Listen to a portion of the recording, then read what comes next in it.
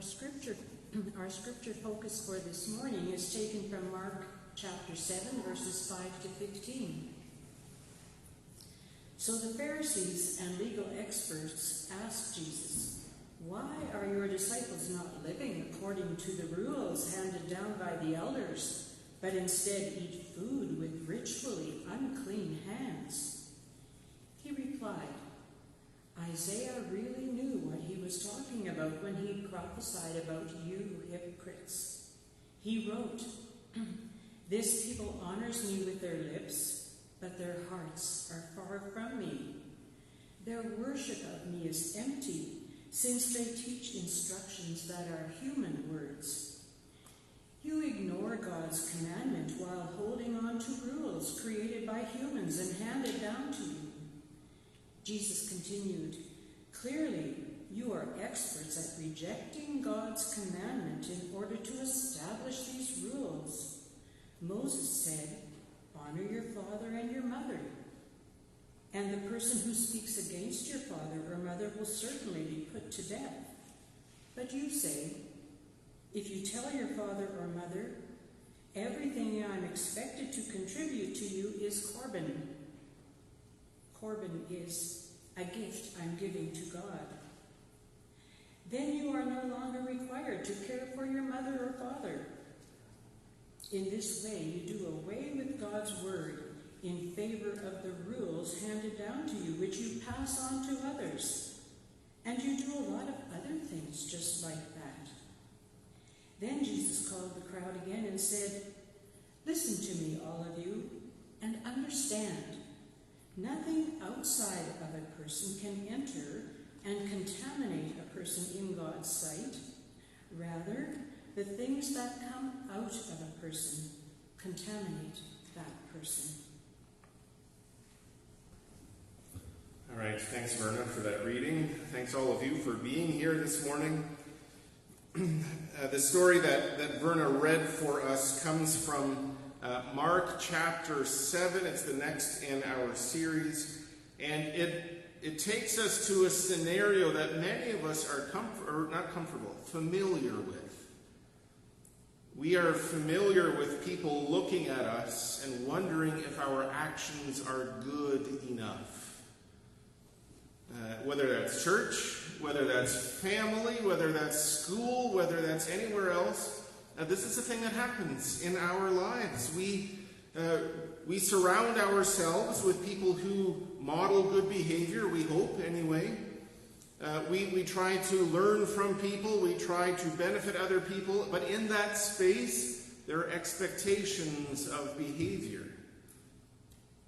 So in this story, Jesus he's led his disciples into this situation, and they've gone through the market, and now they're going to eat. And the Pharisees, who are strict law-adhering Jews, the Pharisees see that Jesus and his disciples are going to eat, but they haven't properly washed their hands.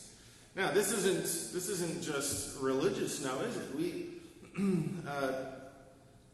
ever see somebody come out of the bathroom a little bit too fast? Right? And you're like, wait a second, I don't know if I want to shake your hand anymore. But this is a thing that happens. There's judgment, but the Pharisees take it to the next level. Right? The Pharisees have an understanding based on not just the laws that we have in the first 5 books of our Bible, but they've added some extras, because there are places that aren't clear, and even for them, technology was shifting, culture was shifting, politics was shifting, so they needed constant wisdom to lead them into better law adherence. And there was expectation that they had to wash their hands properly, symbolically even. So we understand certain things, especially now after COVID. We understand how washing our hands can take off bacteria and viruses and germs, all of those things. And some of us even had songs that we would sing as we washed our hands, so it was the right amount of time. Right? right? This isn't entirely unfamiliar to us. But for the Pharisees, they said, well, if coming through the market now, as Jesus and his disciples have done, if you've touched grain that wasn't properly donated, if you've touched meat that hadn't been bled out properly, if you touched various things in the marketplace that themselves were unclean, then that ceremonially unclean status transfers from the produce to your hands to your soul. It seems like a weird kind of math, but that's how it worked for them. And so they were watching Jesus and his disciples about to eat, and they were offended. And here's this conversation. So even though 2,000 years have passed almost from this story till now, this feeling of judgment is very consistent with our experiences. And some of us feel that pretty consistently. Some of us try really hard to make sure other people don't feel that from us, and we fail. So I was at a baseball game yesterday, and the sign said adults $10, children 10 and under were free. And I thought, that's fantastic. I have a child 10 and under with me. That's one less ticket I have to buy. So I sat in the section where children 10 and under could sit, and I was surrounded by a whole bunch of other people's kids who didn't behave exactly the way that I had instructed my kids to behave. And so I had this nicely laid out blanket designating our spot where we could sit, and every now and then a kid would run across the corner of our blanket. Or they would throw grass at each other and it would end up on my blanket. Or they would be playing catch with each other and their ball would end up on my blanket. This is my space, right? Who's raising you kids? But then, as I was feeling that weight on them, then my kids were playing. And so I said, hey, guys, don't block the view of other people like those other kids are blocking my view. Right? The same judgment I was putting on the other kids was now falling on me. My own judgment was on me. We have this vicious cycle that we get into, that we want to do good and be good, and then teach other people to be good, but then we don't want to feel the judgment from other people and even from ourselves. But it isn't just a matter of switching off judgment. We have expectations. I'm also the condo board president where I live in Okotoks, and we had a meeting recently, and probably a quarter of the time that we spent at that meeting was adults in the community complaining about the way that children play. But they weren't complaining about the children. They were complaining about the lackluster parenting of the adults who weren't supervising those kids. And so, in a way of bridge building, to explain to those parents, because they felt judged. It's nobody else's business. I can do my own things. But we see within the interconnectedness, we can see, right? When I take my kids to a playground, and there's somebody at the playground who isn't there with a kid, and who doesn't look like they're waiting for somebody in particular, it sends off warning messages in my mind. And that process doesn't end just because my kids are too old to play at playgrounds. And it doesn't end when my kids move away and live somewhere else. So within our complex, we have a number of parents and grandparents who still have those sensitivities about protecting children. And when they speak about their concerns, it sometimes feels like judgment. And sometimes it is judgment, but sometimes it's just concern. So then how do we balance that? this story from Mark has a couple of really old examples. So the Korban story that Verna mentioned was a way that not just the Pharisees, but certain people in the community, they said, okay, well, it's my job as the child, especially the oldest child, to care for my parents, and they've provided financially. I take over the farm and I get money to care for them. But there's kind of a way that they could say, listen, I'm going to care for them, but that counts as charity. So I get bonus points for that. So that's what the Korban is. It's a kind of charity. But with charity, you can say, well, my charity only has to go so far. Right? I'm going to tithe 10% to charitable donations, but only 10%. And then if all of a sudden you're putting the care of your elderly parents within that 10%, then you can say, hey, sorry, Mom and Dad, I'm out of charity money, so you're just going to have to put an extra sweater on or something, because we just can't handle all of these extra costs. Right? So this is what Jesus is talking about. Jesus tells the Pharisees, hey, you want to judge me about washing my hands? That's fine. Let's talk about this other story. You are supposed to, there are rules, you're supposed to care for your parents, but instead you sneak in these other rules that give you permission to not care for your parents.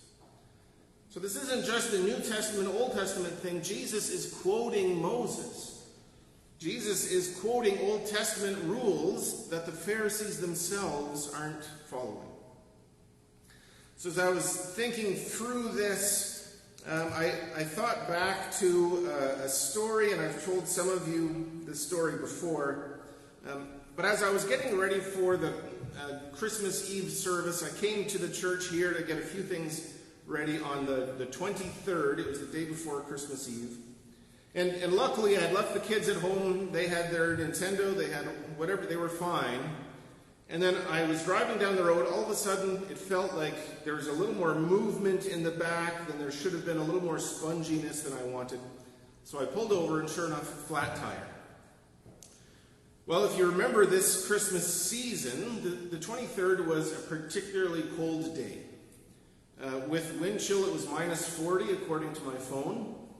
And I had pulled over, I was off of the road, and I found a spot where it was level enough that I could jack the car up to do the repair work that I needed. And in my mind, I sort of had a sense, it should take me roughly 20 minutes to do this. I can be outside in this temperature. I've got hat, I've got gloves, I'm wearing layers, I'll be okay. But this really sucks. And others might have been free to use other language. It was beyond uncomfortable. It was painful to be outside. So I moved some junk out of the way in my trunk, and I got out the spare, and I set the jack up in place. And because of who I am, I started thinking theologically, whether or not it's helpful. But in this particular case, I was thinking about stories like this where Jesus has conversations with religious experts about who is good. Right? Because the Pharisees here are saying, if you don't wash your hands, you're not following the rules, and so you're not a good person. Well, the spirit behind the rules is that you care for people, and if you're using the rules as permission to not care, you're not a good person. And I'm sitting at the baseball game, and I'm wondering if these children are good people. And if their parents are good people.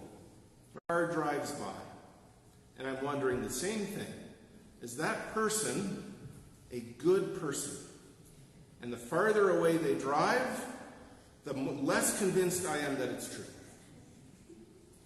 Right? So we have judgment, and we have fear of judgment. And I don't want to question anybody's fear of judgment. We carry a lot of trauma from toxic places in families and churches and communities. I don't want to deny that. But as I was sitting there, I was contemplating that balance. And there are things that motivate us to do good. Right? So Jesus here is talking to Pharisees, and Pharisees are motivated by rules. And if we have enough good rules in our life and we follow them, then we are good people. And if there's a situation where you don't know what to do, you need to talk to experts, and they will give you new rules for your new situations so that no matter what changes, you can still be good according to the rules.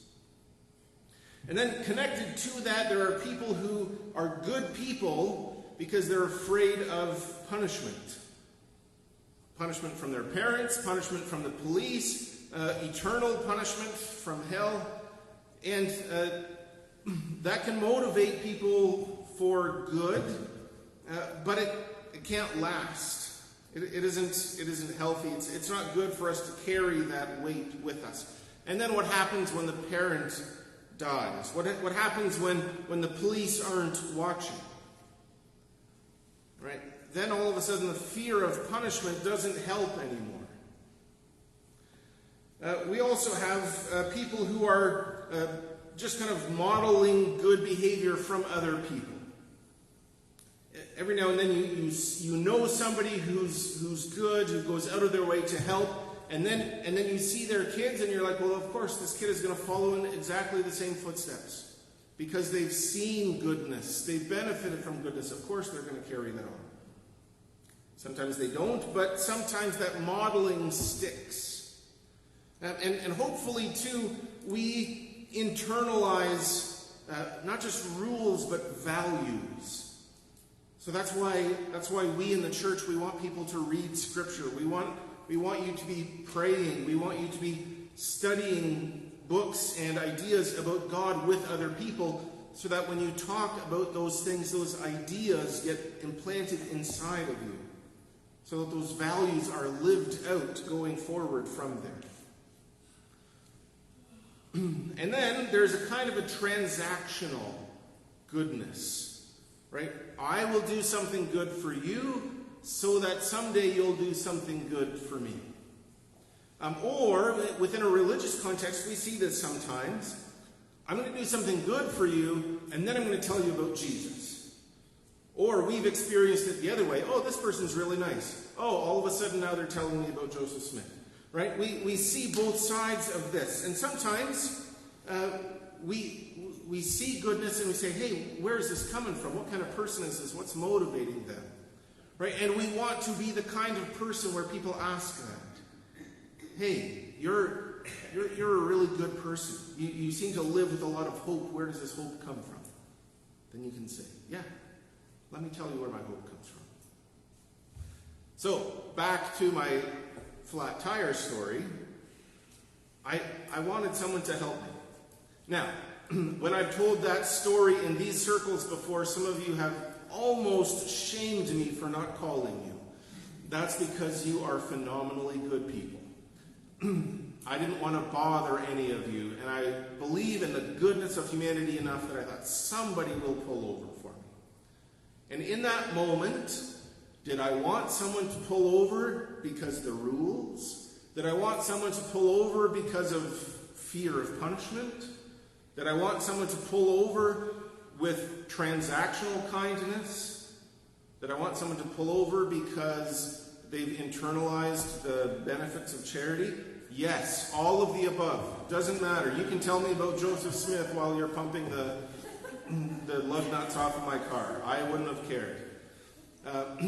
There's a whole lot of injustice and suffering and pain in the world, and they need good. They need kindness. Whatever it is, they need goodness. So after that incident, I'm a little less eager to get in the way of people doing goodness out of fear of punishment. I think the world could use a little more legalism. That's a whole other sermon that I'll preach another time. or not. We're probably running out of sermons. But so here's Jesus talking to the Pharisees about what is good, what makes people good. And the Pharisees are saying, hey, listen, if you touch bad things, it makes you bad. If you eat bad food, it makes you bad. If you hear bad words, it makes you bad. But Jesus says, no, you've got it totally the other way around. You've got it totally the other way around. And we do that too. We're not Pharisees. I'm not making that label on anyone here. But we sometimes do that. We think if I make sure that I don't hear bad words, I don't watch bad videos, if I eat healthy food, then I will be a good person. So as I was sitting there, I was doing my best to assume the best in everybody. Not everybody could help, right? If they don't know how to fix a car, then there's two of us grumbling outside in the cold. If they aren't strong enough to help, if they're not healthy or mobile enough to help, for sure. If they've got things they've got to rush home to, absolutely. Also, every now and then that's a scam. Somebody pulls over and tries to look weak, and then all of a sudden they take your wallet and your car. Well, if they look weaker than me, then maybe they have bad thoughts about me. All of those are fair. But there should be somebody good. There should be somebody motivated by something to help. Eventually somebody did. A really nice guy pulled over. He didn't have the tools that he wanted, but he came and he assessed the situation. He lived nearby. He was going to go get it and then come back. And then he did. I was almost done by then, but still the help was appreciated. And just the accountability, right? I might think I'm fine for 20 minutes in the cold, but if all of a sudden I collapse, then somebody's there to watch me collapse. That's good, right? Just somebody to be there. And even, so he got the right device to make sure there's just the right amount of torque on the lug nuts that I was putting back on. Well, in the process, he broke one of my tools. Doesn't matter. All of that is forgiven. Right? The little things that we worry about sometimes, I'll probably say the wrong thing. I say wrong things all the time. Just ask my family. Right? We aren't going to do and say exactly the right things all the time, but if our hearts are good, and this is what Jesus is trying to say to the Pharisees, it doesn't matter what your hands touch if your hearts are good. Now, sometimes if you're touching the wrong things, that's an indication that your heart isn't good. But generally, if your heart is good, that makes your actions good. Now, sometimes we see that to the extreme, right? Somebody could drive by and say, you know what?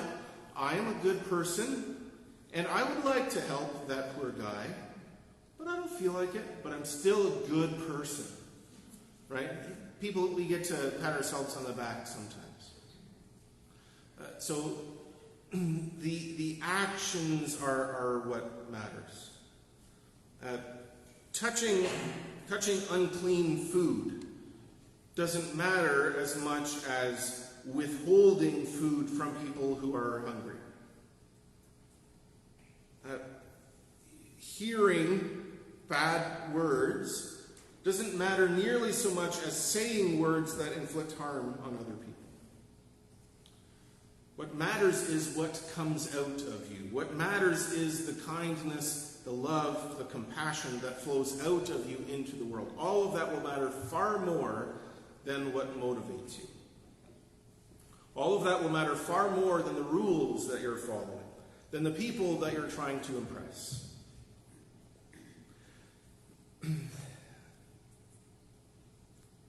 All of us wonder if we are good people. You kind of get to an age where you're like, hey, I have enough rules. I'm not going to add any more.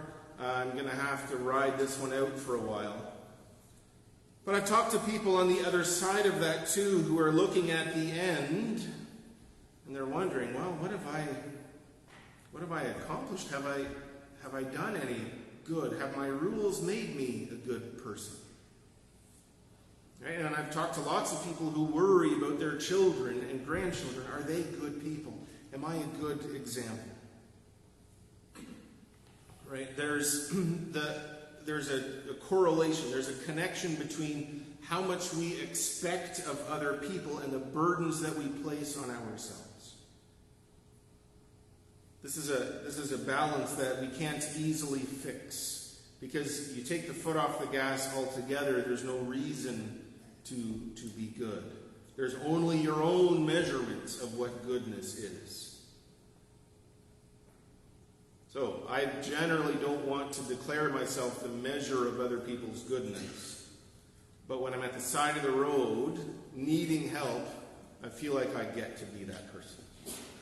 Which is fine for me in that moment, but it can be scary for us if the person we walk by on the sidewalk with a cardboard sign and a styrofoam cup, are they the ones that get to determine if we are good or not?